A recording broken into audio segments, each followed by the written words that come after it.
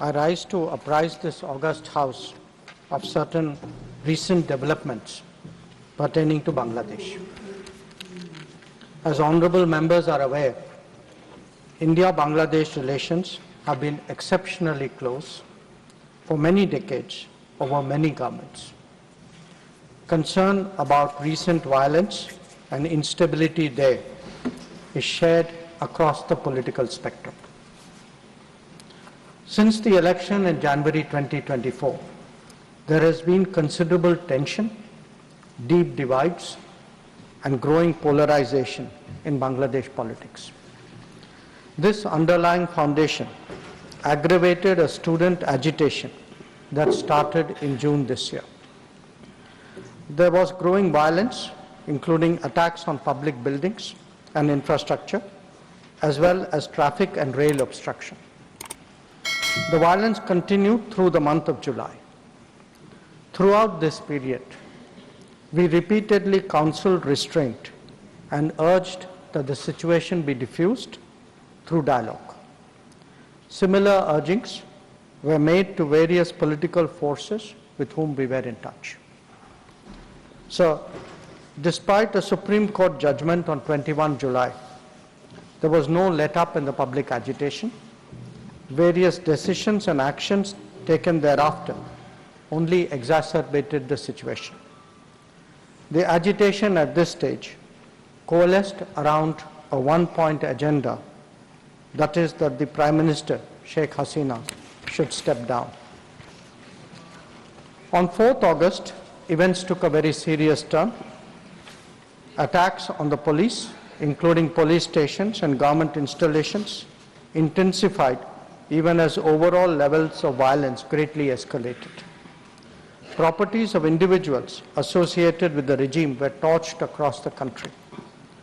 What was particularly worrying was that minorities, their businesses and temples also came under attack at multiple locations. The full extent of this is still not clear. Sir, on 5th August, demonstrators converged in Dhaka despite the curfew. Our understanding is that after a meeting with leaders of the security establishment, Prime Minister Sheikh Hasina apparently made the decision to resign. At very short notice, she requested approval to come for the moment to India. We simultaneously received a request for flight clearance from Bangladesh authorities. She arrived yesterday evening in Delhi. The situation in Bangladesh, sir, is still evolving. The Army Chief, General Waqar-uz-Zaman, addressed the nation on 5th August. He spoke about assuming responsibility and constituting an interim government. We are in close and continuous touch with the Indian community in Bangladesh through our diplomatic missions. There are an estimated 19,000 Indian nationals there, of which about 9,000 are students. The bulk of the students, however, have already returned to India in the month of July on the advice of the High Commission. In terms of our diplomatic presence, in addition to the High Commission in Dhaka, we have assistant High Commissions in Chittagong, Rajshahi, Khulna and Sylhet. It is our expectation that the host government will provide the required security protection for these establishments. We look forward to their normal functioning once the situation stabilizes. Chairman, sir, we are also monitoring the situation with regard to the status of minorities.